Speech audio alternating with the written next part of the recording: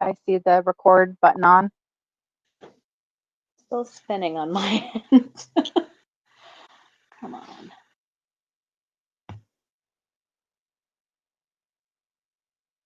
There we go.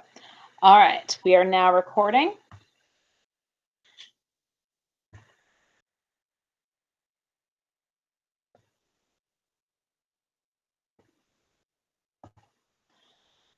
Okay, this is the SCA harassment and bullying policy. The SCA prohibits harassment and bullying of all individuals and groups. Participants engaging in this behavior are subject to appropriate sanctions. If you are subjected to harassment, bullying, or retaliation, or if you become aware of anyone being harassed or bullied, contact the Seneschal, President of the SCA, or your Kingdom's Board Ombudsman. Okay, I always trip over that word. And now, without further ado, I'm going to turn this over to Baroness Maria von Ossenheim for Hand Sewing 101. Hi, everyone. I'm Maria, Baroness Maria. My full name is Maria Erika von Ossenheim Bint-Sarhan. I am the landed Baroness of Concordia of the Snows. I've been in the SCA over 35 years. Let's just leave it at that. I started as a hand sewer, helping my mother out, who was a professional seamstress, and joined the SCA with her when I was 6, and kind of went from there. My mom made the majority of my clothes when I was younger. I learned how to sew because she wanted the finished edges and would toss them my way. So I would finish the pieces for her, doing the hems and so on and so forth. And a few years ago, I decided to, as I said, up my SCA game and started hand sewing. So this is kind of a little bit of my journey, and hopefully some tips and tricks and little things that I've picked up along the way. The stitches, I have 5 stitches that I was going to show today.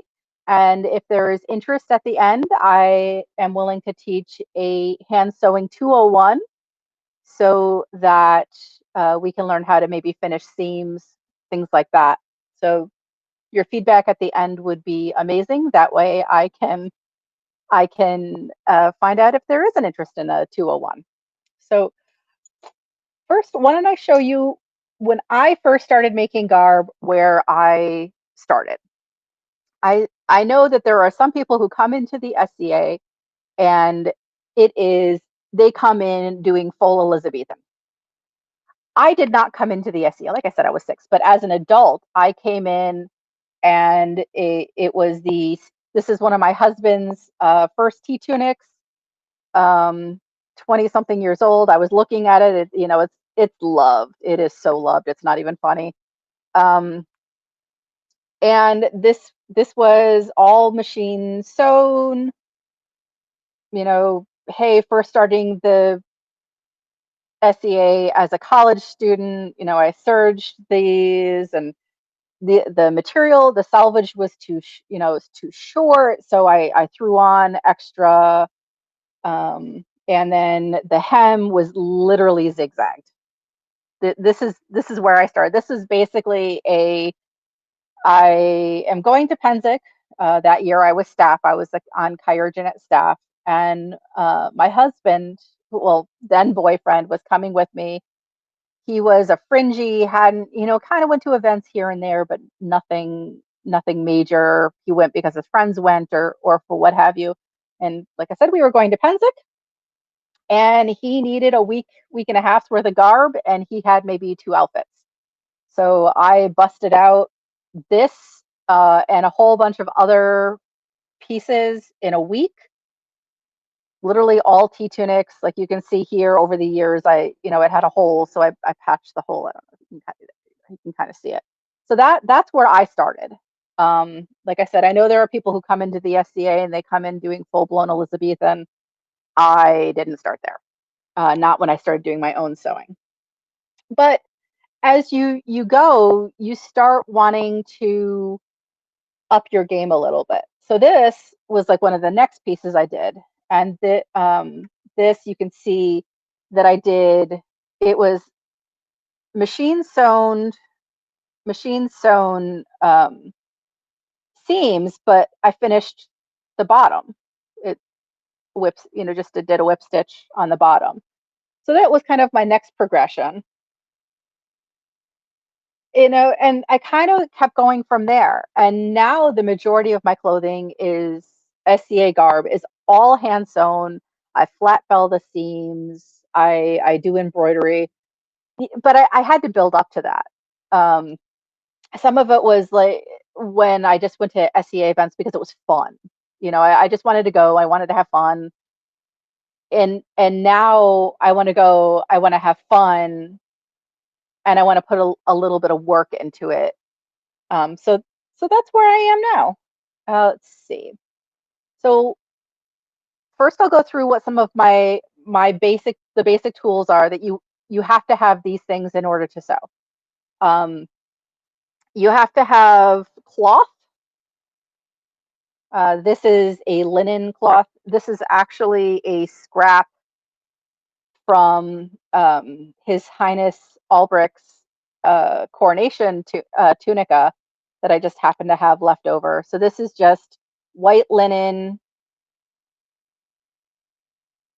It's a period fiber from relatively early period. We have finds that have shown linen in it.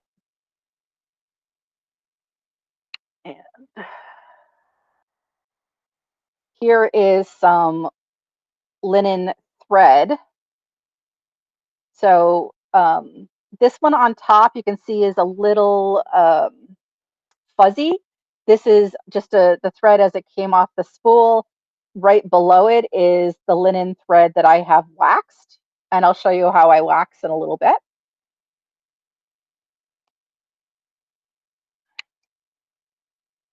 And then another material that I use on a regular basis is silk. Now these are both two types of silk. This is like a silk charmeuse.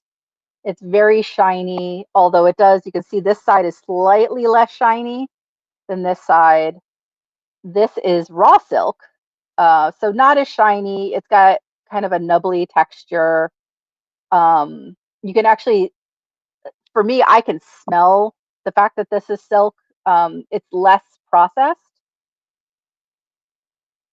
And this would have been more readily available places, whereas the finer silks you would have only gotten like on the Silk Road or Asia. So in Europe, you wouldn't have had it. By later period, we had artisans that made silk in this, the half the world. So, and then this one's harder to tell because it's a little finer. And I have pictures of these that I'll put out later. So this is silk thread. The top is non-waxed and the bottom is waxed. You can kind of tell that this is slightly darker and a little less fuzzy. And that's one of the reasons I took the pictures, is because it's harder to tell because this is so fine. So again, a luxury. Wouldn't have been something we had. We would have had it in little tiny bits. This is, let me turn this back up. This is a Norse that I just did. And this is just a silk band that I put around the sleeve. They wouldn't have had big pieces of silk. They wouldn't have made gowns, outfits out of silk because it was so expensive. But they could have gotten little scraps. They could have gotten the thread and done that. Now, one of the other period things they had is wool. I am allergic to wool, so I'm only going to show you thread rather than fabric. And I'm not going to handle it very much. So on top we have wool thread, and this is what it looks like waxed. Like the linen, you can tell very easily the big difference between waxing and how it helps the thread stay together. So next we have cotton. Now, cotton was available maybe late period, but not early period to the best of my knowledge. However, one of the nice things about cotton is it can mimic some of the materials that we have. So that first tunic I showed you, this is just regular like quilters cotton. Um, so this is when we think of cotton, a lot of times this is what we think of. We just think of regular cotton. This backing is also cotton. This is cotton muslin. I use this a lot when I do patterning, things like that, because it's not as expensive. This other piece I showed you is also cotton. This is a cotton gauze, but because of the weave and the looseness of the weave, it mimics linen a little bit more. This blue, inside out, is also cotton. One of the things that I can tell you about cotton is it tends to be woven much tighter. So I have a tool I use when I'm pulling through the needle that helps with that, just because when the weave is so tight, it's hard to pull a needle through. So now the next thing is polyester and synthetic fabrics. You can do it. It's not period in any way, shape, or form, but the fabric can be really pretty, and it can mimic some of our other things, mostly silk. So this is velvet. This is a made to look like silk velvet, but it's polyester. So it's actually, I'll show you. It's a master Kayergen baldric. This is also polyester, again, made to look like silk. That's one of the nice things about it is it's less expensive than buying silk. If you were to buy this in silk, it'd be hundreds of dollars for a few yards. Whereas buying it in polyester, you still get that nice sheen of silk, but it's not as expensive. So those are the main fabrics. The other thing with polyester is it can get really, really warm, really, really fast. Um, and it doesn't breathe. So even in the winter, it becomes very difficult to use. So the other thing for that I use that you have to have is needles. So it's hard to see because it's so far away, but the two needles I tend to use for hand sewing are betweens, and that means it's between a sharp and um, another kind of needle, like a blunted needle that you would use for like sorry, I'm trying to think of what the other needle is called. I just know that it's a between. And then the other two are sharps, and they come in different sizes. This happens to be a size 7 and a size 5. So those are the needles I tend to use the most. Today, I'm actually going to be using a much larger gauge needle because when I teach you so that you can see it more easily, I'm going to be using embroidery floss just so you can see it. And embroidery floss means you have to have a larger eye. So for scissors,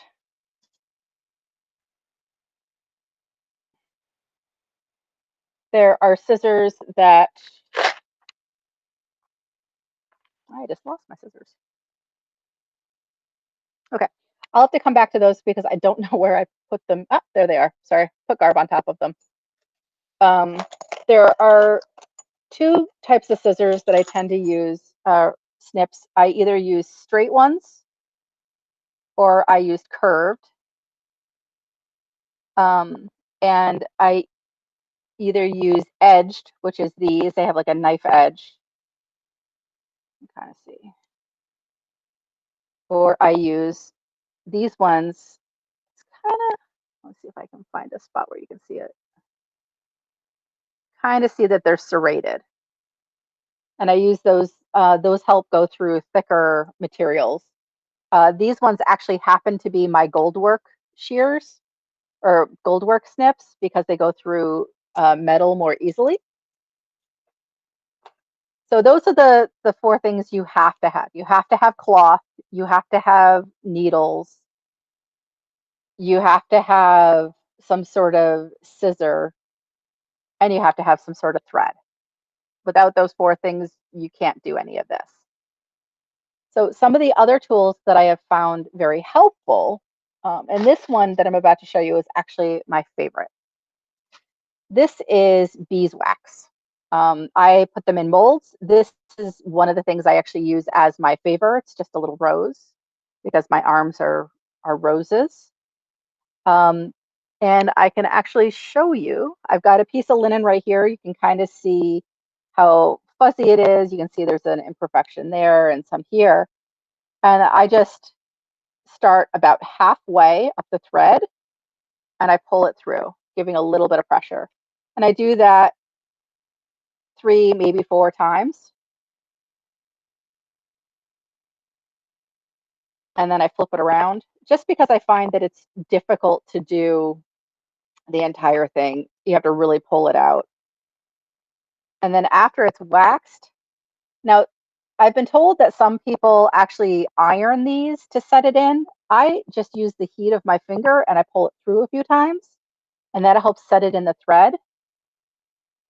Just like I did the last time, I start in the middle and kind of go down. Now, another helpful hint is when you're sewing with linen thread, which I almost exclusively do, you'll notice that there's little bumps. So when you're threading, your needle can get caught on those bumps and it makes it very difficult to continue to pull it through. And the other thing, so I notice there's a lot of bumps down here. So I'm actually going to use this as my knotted end, and I'll use this as the and a thread, and I'll just snip that off so that it is easier and all the filaments are aligned. And then if I notice that it's still a little loose, the end I'll put through a few more times just so that you can really set in that wax so that it stays together. I don't know if anyone's ever tried to thread a needle and the thread just frays and frays and frays. So there's two things. A good straight edge will help, and wax, because the wax will keep it together.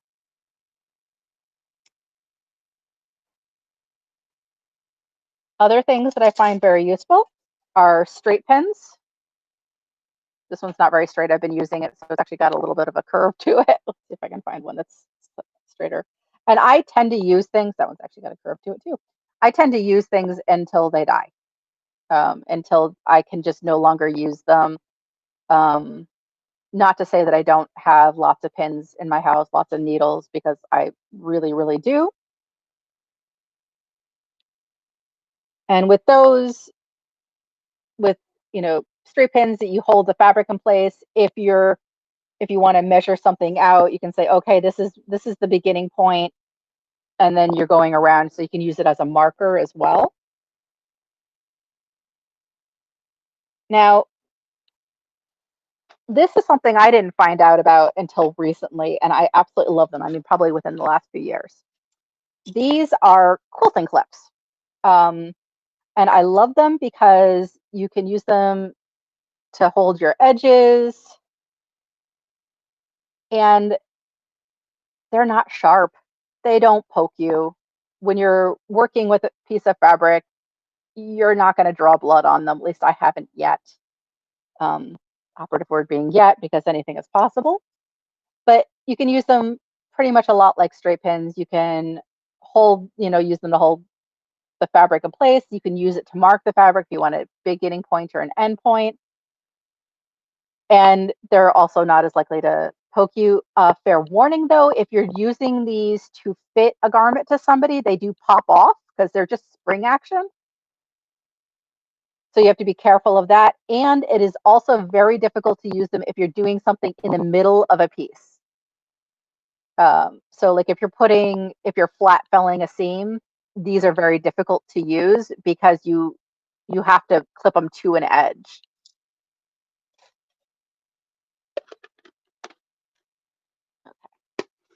Next, this comes in all sorts of different shapes and colors, is tailor's chalk. So one thing, they can be used to mark fabric. In theory, they are washable, but they're not always. And I actually see here on you can see a little bit on the silk. I actually did quite a bit of work to get it out. But you can still see where there's some of the tailor's chalk on there. I have another piece. Don't think I have it over here. I think it's over in my other pile, but you can actually see after several washings, the tailor's chalk is still there, which is a little annoying. You can't see it because it's on the inside, but it's still there. So even though it's supposed to be washable, it really isn't always. But while tailor's chalk is very useful, this is what I use almost all the time. This is a heat friction erasable pen. Now, the caveat to this is if you put this on and then iron, you're going to lose all of it because it's friction based. It will erase under friction. So I use that pretty much all the time. That's actually what I wrote these in. So it comes out nicely. You can see it. So it's just really nice to use. And the nice thing is because it's erased by heat, it's not permanent. You can throw the item in the dryer. You can you can iron it and it comes out. You can even, like here, you can see I put a little X.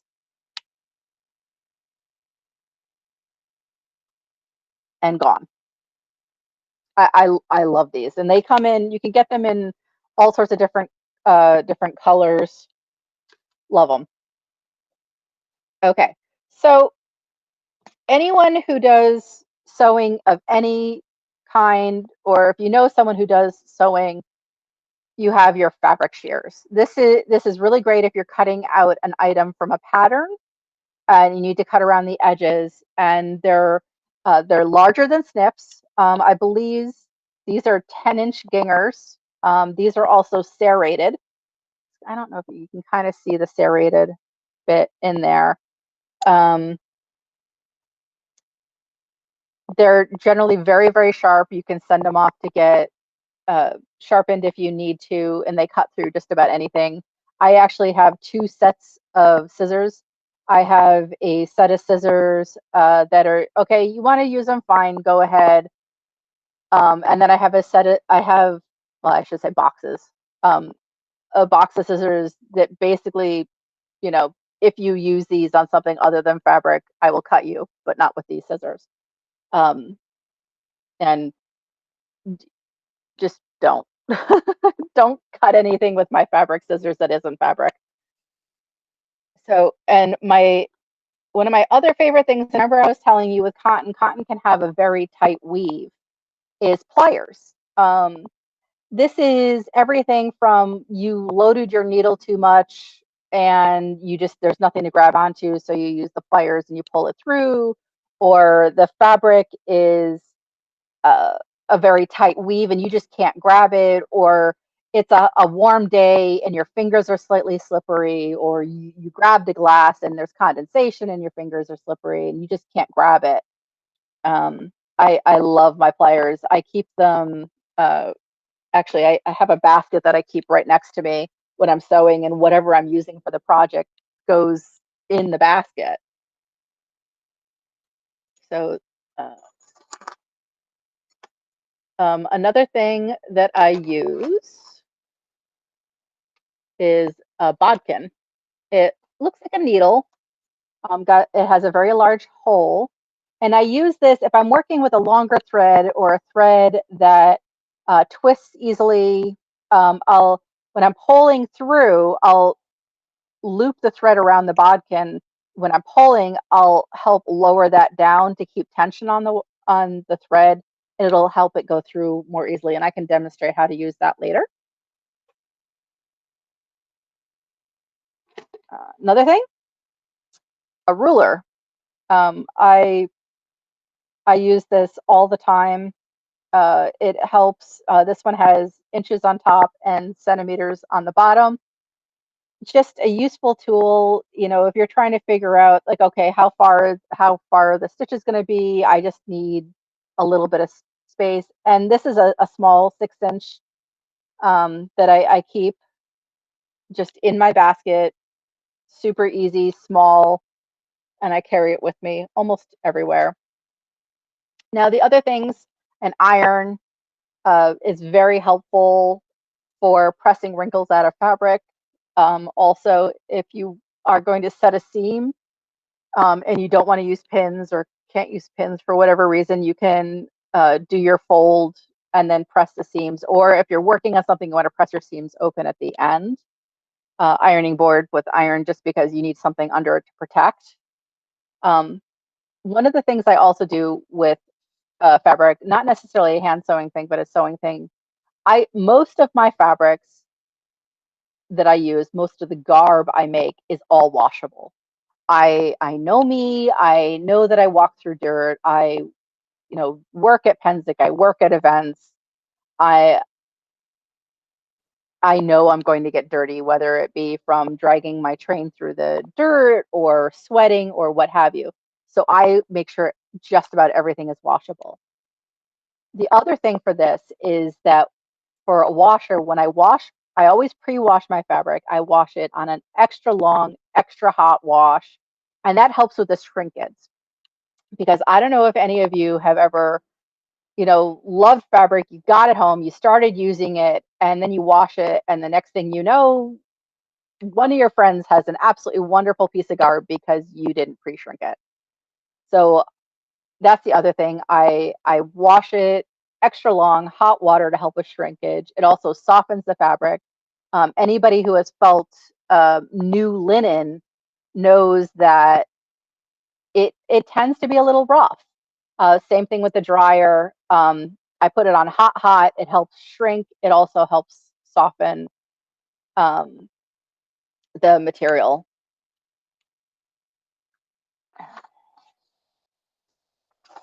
So now we'll get into the basic stitches. Does anybody have any questions or comments? I'm good on either.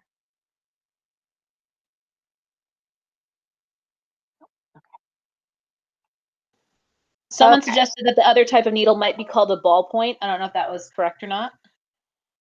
Is That that the is word you're distinctly looking for? that is distinctly possible.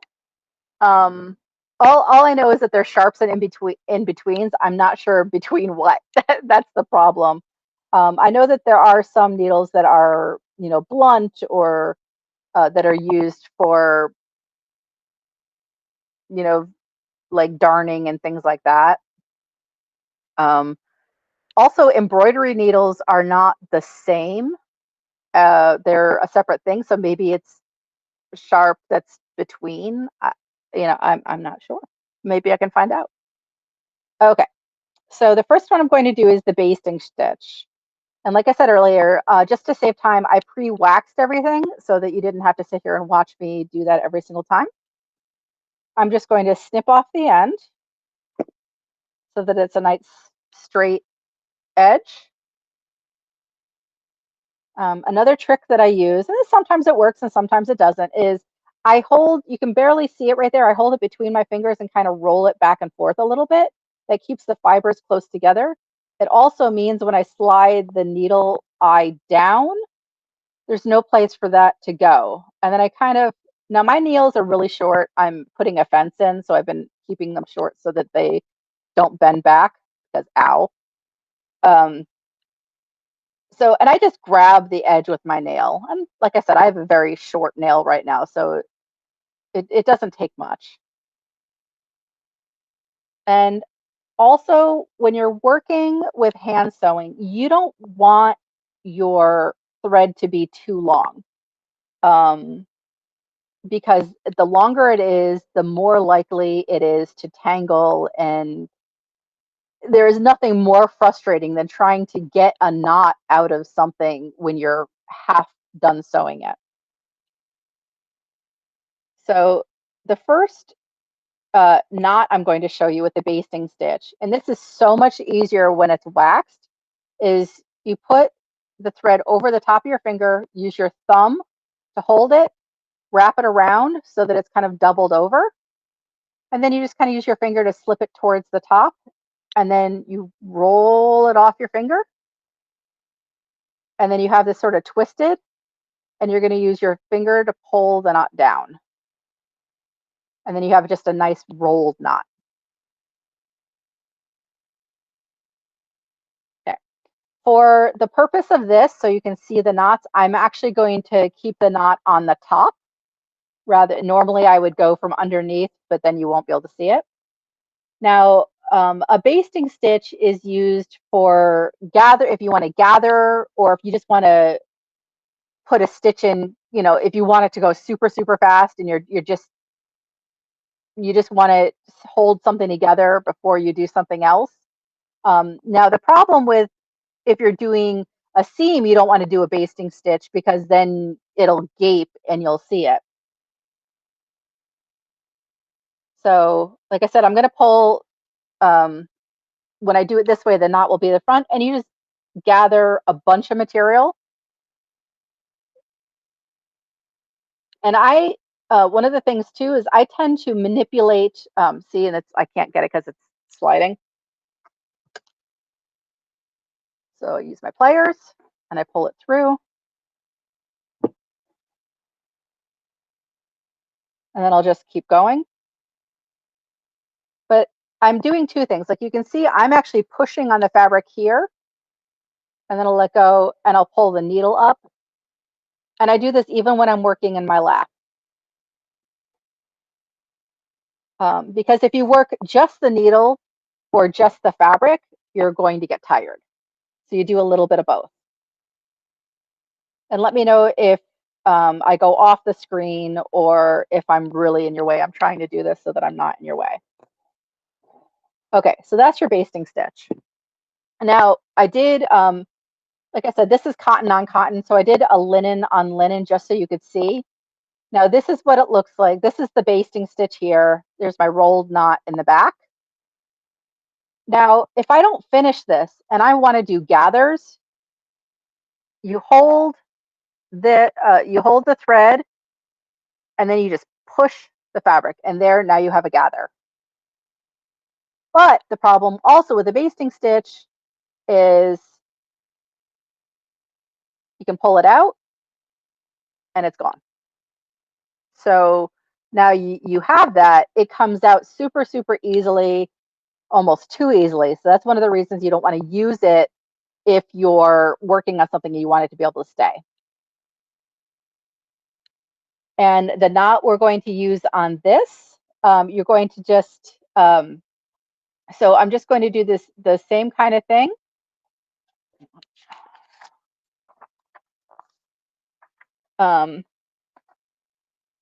I don't know if this is actually what it's called, but I call it a French knot. You're going to come backwards just a little bit and grab just a little bit. And then you're going to wrap the thread around it. So I'm trying to do this so you can actually see. 1, 2, and then you pull it up back against the fabric and you push the needle through. And again, you're going to want to keep that knot right up against the fabric and pull it through. And now you have a knot. And this isn't going to go anywhere, even if it's a basting stitch. And you just clip it off. Any questions on the basting stitch for its uses or anything like that?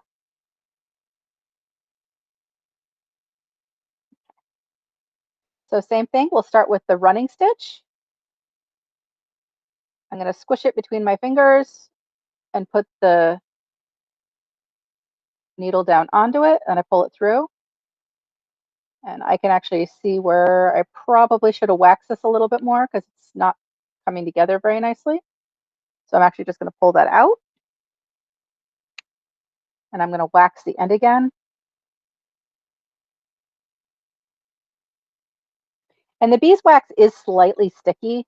It's not sticky like spilling juice sticky.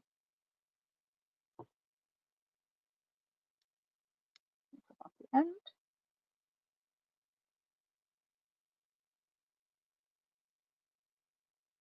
There, worked that time. Okay, so say you're working on something and you don't want your knot there. You don't want it on the bottom, you don't want it on the top because you're going to be doing a seam later and you don't want that knot showing. Another thing you can do is a locking running stitch. So I'm going to come down about an inch and you're going to come up, and this is just the running stitch.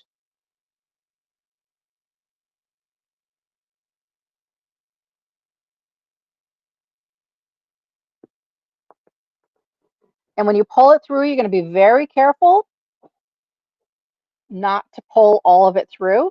I'm going to leave that little bit of a tail because if you pull it through, it's just going to go. And then you're going to come back down and you're going to start your running stitch. And you want to make sure you're hitting that thread underneath. And because the wax, that's a little tight. So I'm going to use my pliers.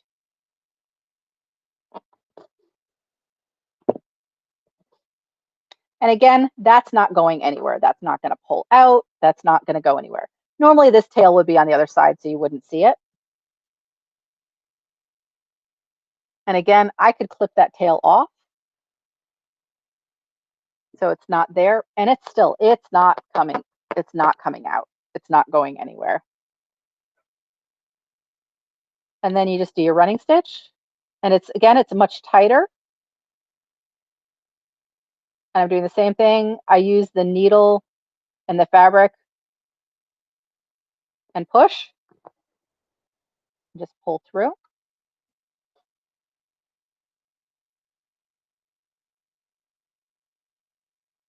And just let me know if I get in the way of myself.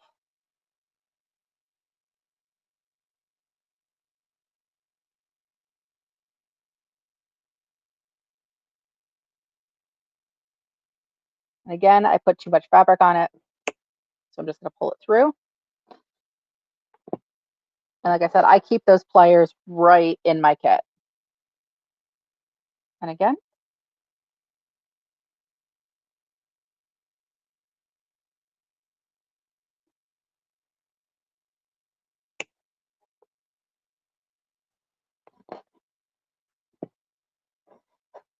And you can end this the same way you started it by locking it in. You just go in,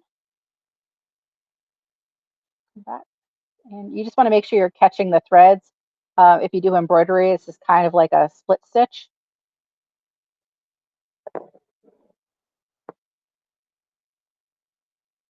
And it, again, not going anywhere, not pulling out, not going anywhere. You can even clip it right next to the fabric. So the other thing, if you're really working on something fine and you really don't want the stitches, if you want the stitches to be very uniform and like some of these are not perfectly the same length.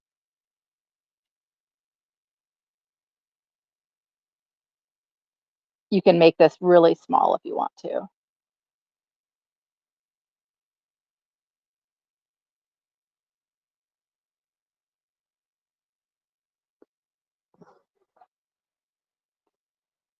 So same running stitch, just a little bit smaller. Okay. Any questions from there? Where on a garment would you use a running stitch? Okay, so again, here I'll bring out my other samples. Again, you can use a running stitch for gathering. You can see that it gathers really easily. It does ungather very nicely, and with a little bit more work than basting, it pulls out. Now this, you can see here, it's kind of hard to see because it's black, but this is actually sewing two sides together. So if you were sewing a seam together, you could use this to sew a seam. Now, granted, this is black with white thread, but you can see where it's not going to necessarily come apart. And this is actually a stitch that I'll show you in a little bit called running halfback. But you can use this to run seams. If you're doing, let's see, here is that Viking I used, or that I made. This is cotton Viking, cotton thread. You can see that this is a running stitch. And that just holds the seams together. I haven't finished the seams yet. Eventually I'll press them down and I'll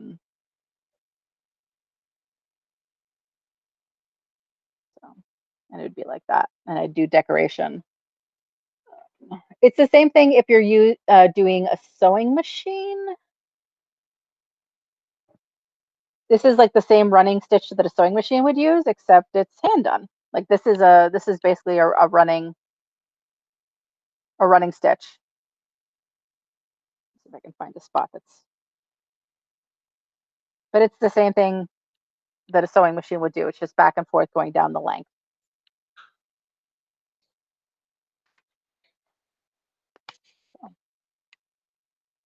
Did that answer the question? Yes, thank you. Perfect. So, and I'll take a picture of this sampler later. This is like all of the different things that I've used. I did it this way so that you could see the front and the back. So like this is the basting. These are both running, but you can see that this one is a much finer weave. And like there's actually parts where I barely caught the fabric.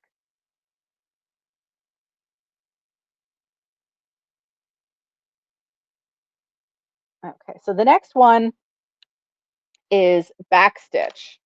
Backstitch is very, very good if you really don't want that seam pulling or going anywhere. However, it is also incredibly time consuming. It takes easily twice the amount of time as running would, just because you're doing the running stitch and then you're going back.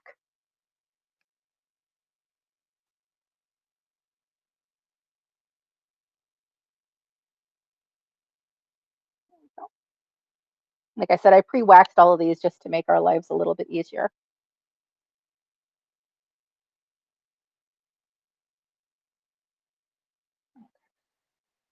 This one I am going to start on the back just so you can see it more easily. I'm going to come down maybe like 2 or 3 millimeters from where I actually want to start it.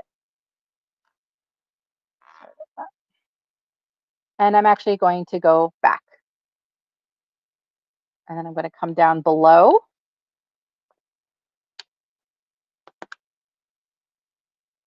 And then I'm going to go back through the original hole. And then I'm going to come back down below.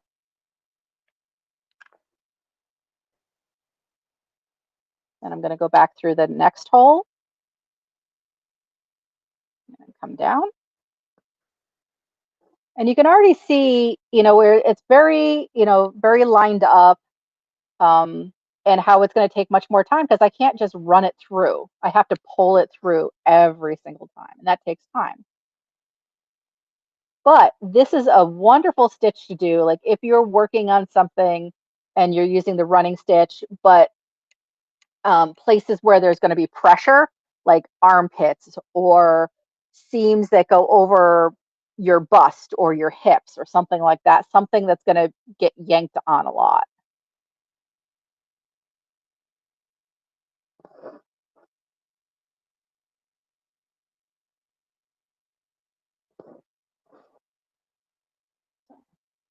And you just keep doing that. But again, it's not it's not going anywhere.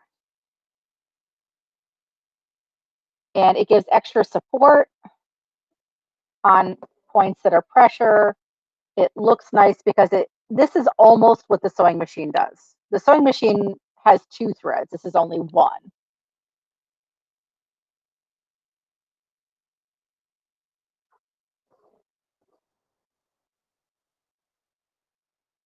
So rather than torturing you and doing that entire strip, I'll end it here. And let's say you are sewing and you are almost out of thread.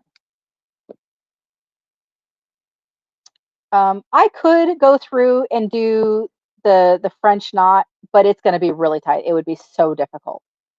I have plenty of thread here to finish it. I have definitely won thread chicken at this point. But what I'm going to do is go back through my hole, and I'm going to come back through the other one, pull it through, and then like the French knot one, I am going to just grab a little bit. You can either grab a little bit of fabric, or you can even go back through your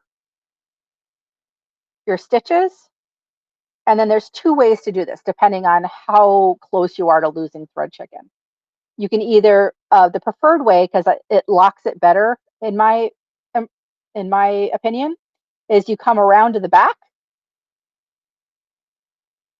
and you can run the front of the needle through or the back. It doesn't really matter. It depends on how close of a thread you have. Now, because this isn't as secure as this, because it only goes around once, I do it twice. And you go around the back, come back through, tighten it down. You can see this knot a little bit more, but not a ton. And again, here is what I was working on. And just to give you an idea, this is what the back looks like. So you're actually getting little loops. Because I don't look at the back while I'm working, there's some that come over a little over to this side. There's some that come a little bit to this side. There's some that kind of go in between. If you wanted, you could watch every single one as you went through.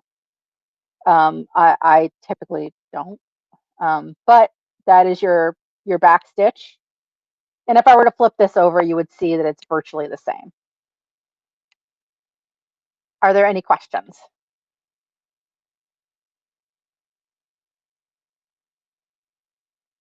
Okay.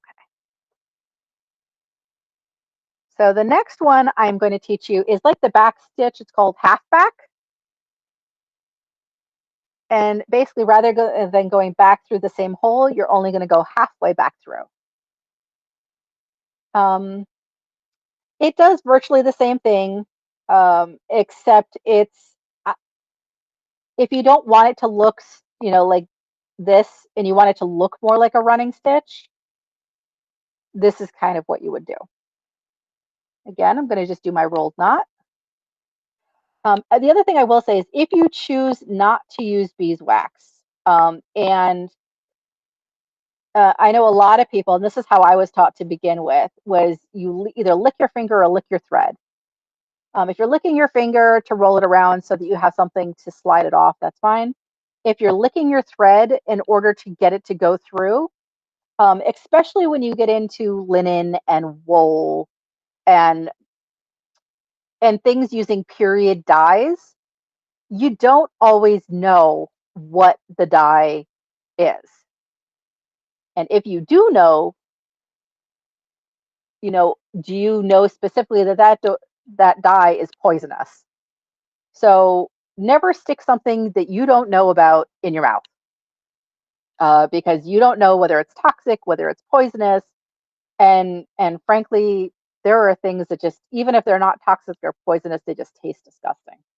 So like I can show you, and I know this. So this is one of, like I said, I'm the Baroness of Concordia the Snows. I do a lot of sewing in blue and gold.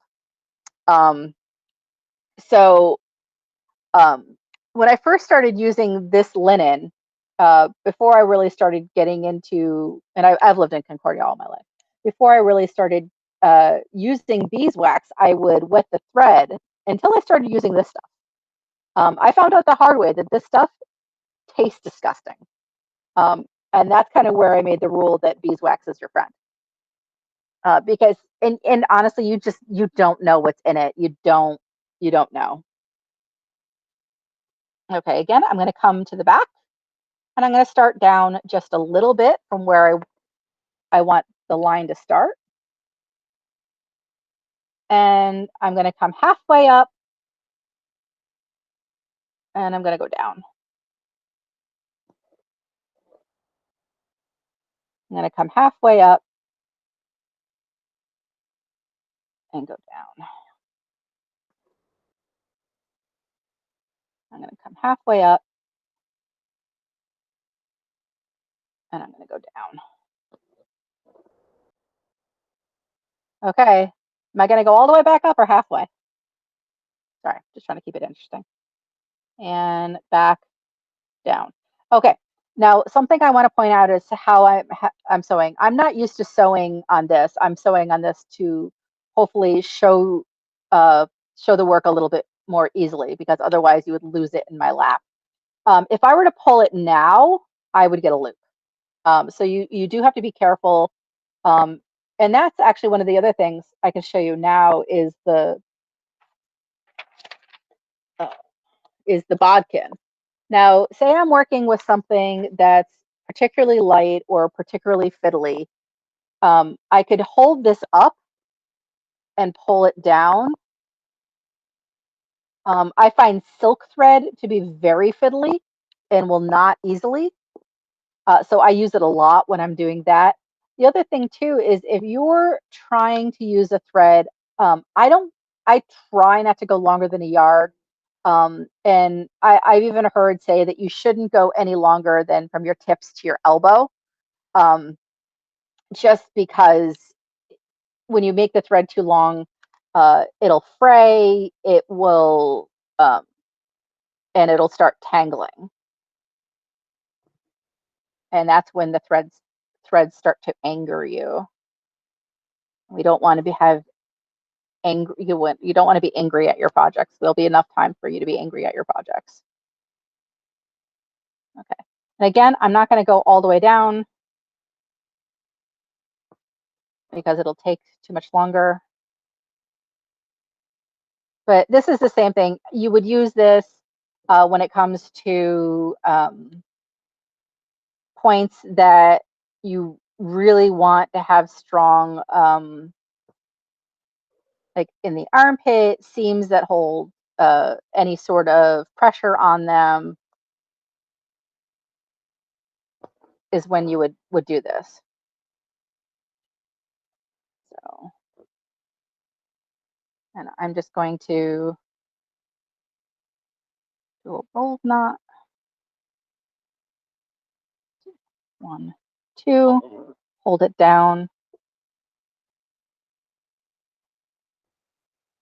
And there you have your knot.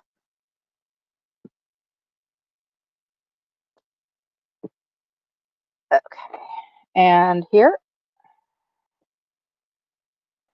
this right here is my halfback. And this is what it looks like on the back. So it's a little, to me, it's a little less messy than this. And if you're going to be seeing both sides of your work for whatever reason, that's one of the reasons I tend to use this rather than this, just because it looks less messy to me. It's also slightly easier to control. Any questions? There's a question in chat. Do you typically work your stitches vertically?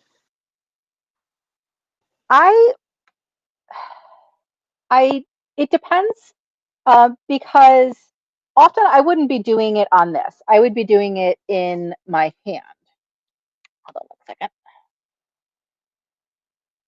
And I'll show you. Let's see if I can do this on camera. So this is a project that I'm currently working on. This is a Norse hood. Let me find the spot where I have the needle. It's here someplace. Haha. Okay. So like I said, I don't normally work, so I tend to work from right to left, and it really depends on what side of the seam I'm working on, whether I work bottom up or top down, because if I'm working a seam or if I'm flat felling, I'll hold on to it. So sometimes I just work backwards because it's hard to have the entire project strung on my arm, but I do tend to work backwards. I was also taught by someone who is German and was born in Germany. So I don't know whether that's just because that's just the way I was taught, or if I was taught that way because that's the way everybody does it. And I just keep going. Like I said, I use the needle and the material, and it's almost like like maybe a knitting thing where you're kind of going back and forth. And this is the stitch I'm using is actually the next stitch I'm gonna show. That is the best of both worlds. The other thing is I tend to leave needles in my work. So I will actually leave them in the threaded position because there's less likely that they will fall out, pucker, um, get destroyed by the child or the dogs or did that answer the question?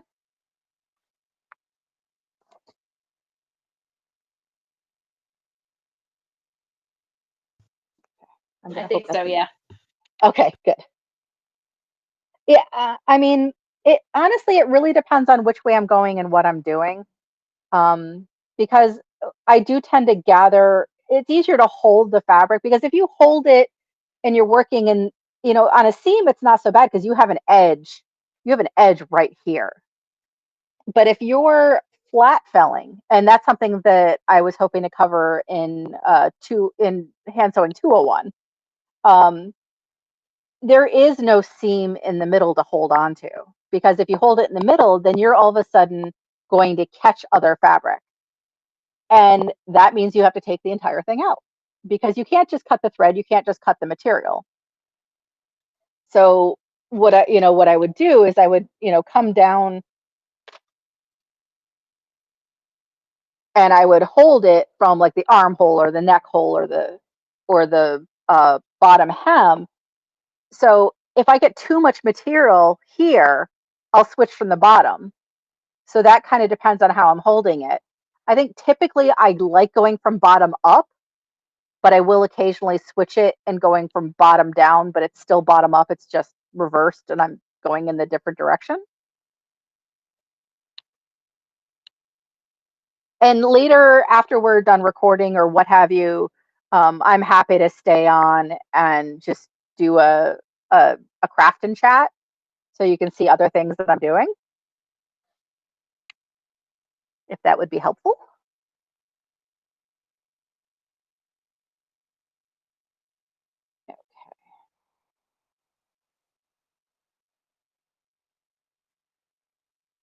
Okay, so this next one is my absolute favorite hand sewing stitch, and I will tell you why. So running stitch is fast, but back and half lock it into place so it's not going to go anywhere. But,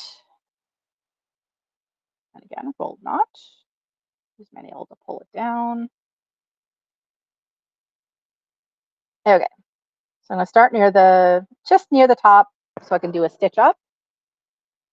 I'm gonna go up, 1/2 stitch, and then I'm gonna start my running stitch.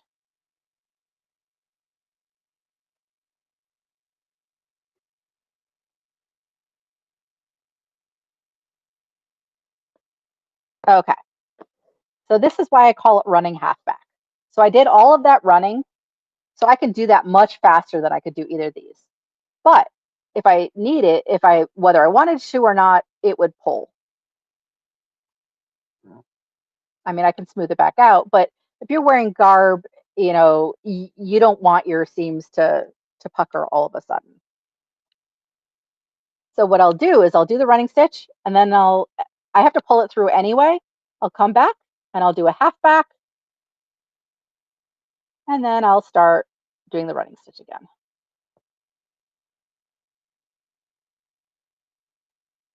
So I'll get a little bit of gather.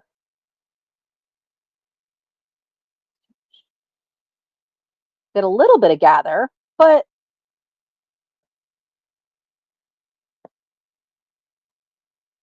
sorry, the embroidery floss is thick. So now I can gather it, but it's not going to go any further or more than that. And I'll do a half back again.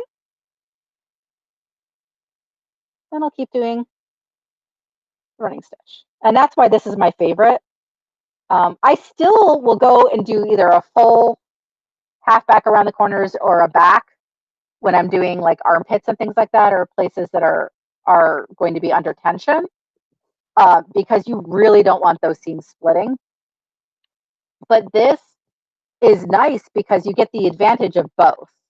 You get the swiftness of the running, but you get the locking of the half back or full back. And like here, I can tell you, like this is the, so this is the same one where I had the basting and I had the running stitch.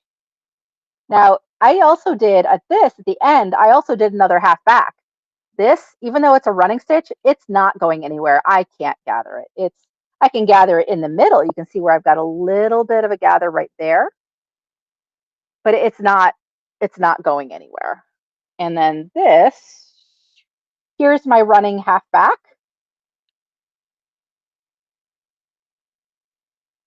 And that's what it looks like on the back.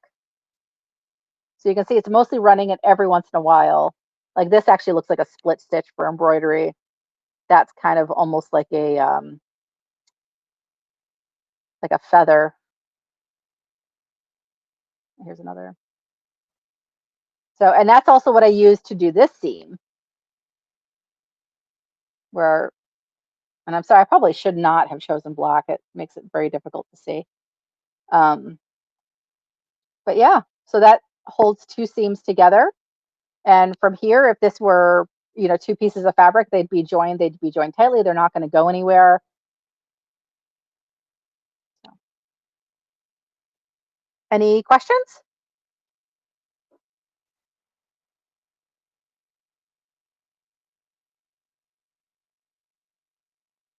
Okay, so I mean, those are the basic stitches that you need just for regular hand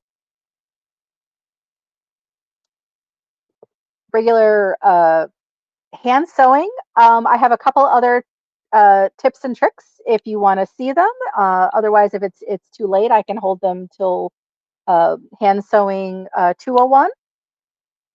What are your thoughts?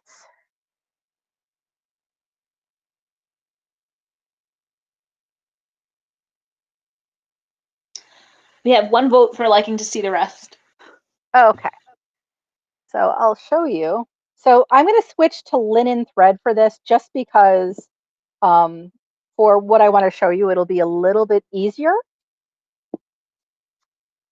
And again, I'm just going to use my regular needle. And this is going to be, but Maria, what happens if the thread is too short or it breaks?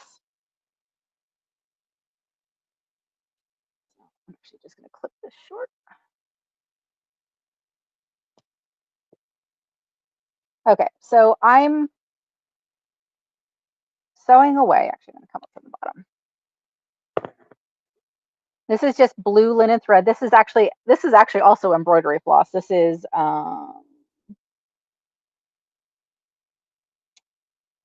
2-ply embroidery floss. which is actually what I tend to use for linen thread just because I find linen thread to be too weak. So I'm just going to do what I would normally do, running with a half back.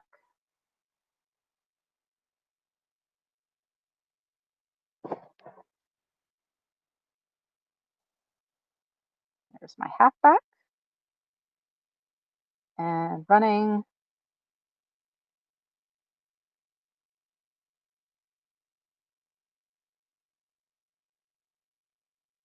Okay, so say I'm pulling it through and I've just been sewing for a while and all of a sudden my thread breaks. Now, this one might be long enough, but look how, I mean, look at my needle versus how long that thread is. That's going to be really hard to double back. That is going to be really hard to double back.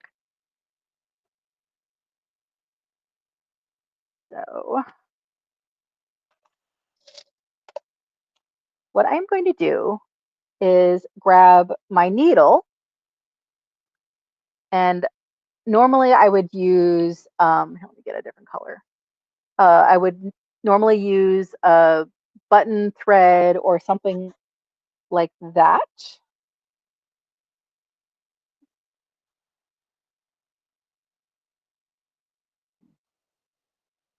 And I generally keep that in my kit.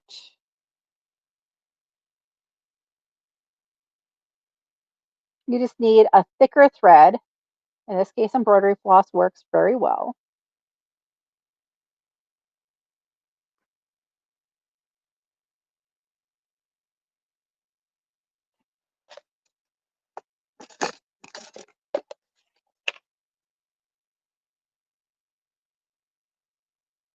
Okay, let's see.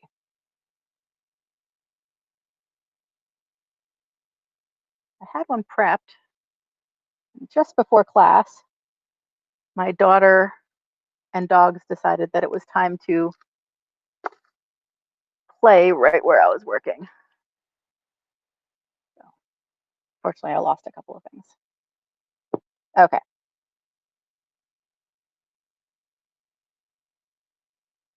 So you're going to try to get both sides of this. And that's why button thread works, a modern button thread, because it's thicker, but it's still, you can still get it through. Let me see if I can do it this way.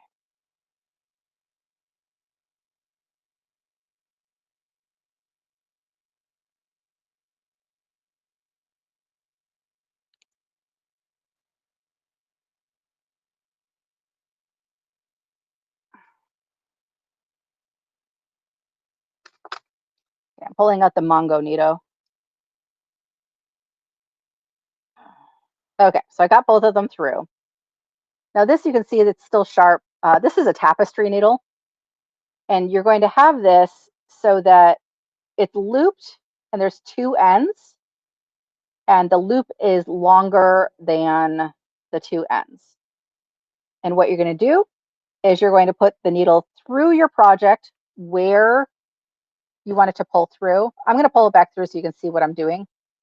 And then you're just going to grab the very end of the thread in the loop. Hold it. And you can see that it's just the very end, and you're going to pull it through. And I'm actually going to pull it back through so that you can see what I'm doing.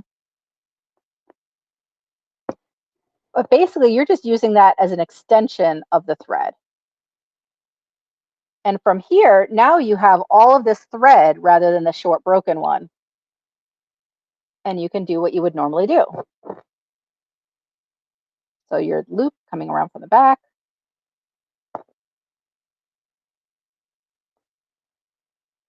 And you would just do that twice. And you can do that as long as you have about an inch, you can do that. I mean, you could probably do it with even less than that if you wanted to, but that is one of my favorite things, because when you've been sewing for a little while and your thread breaks, or you're playing thread chicken and it's getting so close, and you're like, I don't want to have to thread this again. I don't want to have to thread this again. I don't want to have to thread this again. There you go. So I've cut it down. It's about 1 inch. Again, I'm just going to put that through the loop, and I've only got maybe 1 millimeter, 2 millimeters through the loop. I'm just going to hold that again and pull it through. There you go. It's through. I'm just going to go back through the little loop.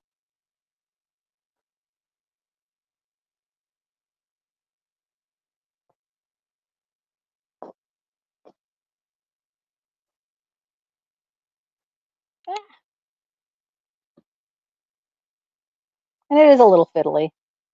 And normally you would be doing this all on the back, so it wouldn't really matter.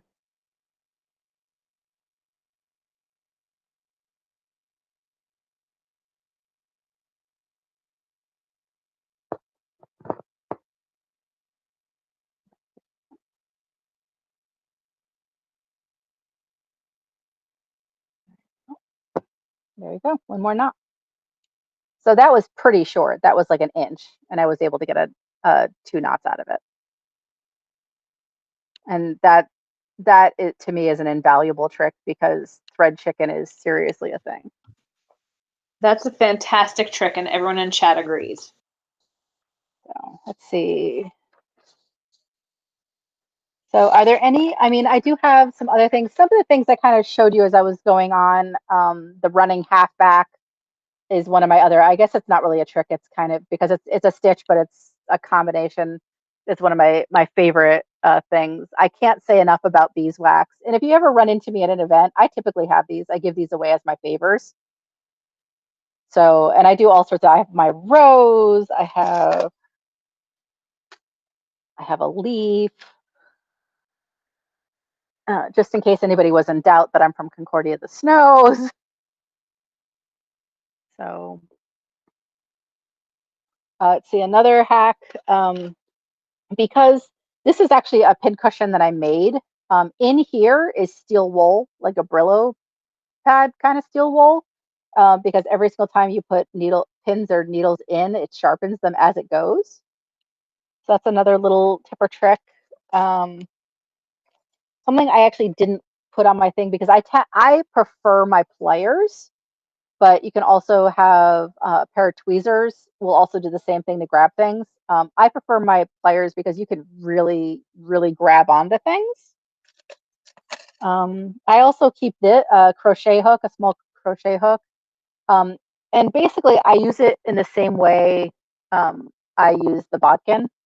I prefer the bodkin because the hook can get caught on things.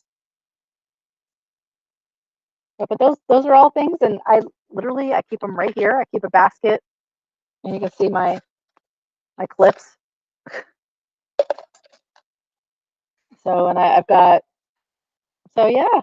And then if anyone's interested, like I said, I can do a hand sewing 201 where I can do, I can show you whip stitch and overcast and ladder and flat felling, which is can be done either with a whip stitch or running stitch. So if anybody's interested in those, I'm more than happy to teach those in 201. And if there's any questions, I'm happy to answer them. If there aren't, and someone just wants to sit and stay and chat for a little while or sew for a little while, I'm up for that too.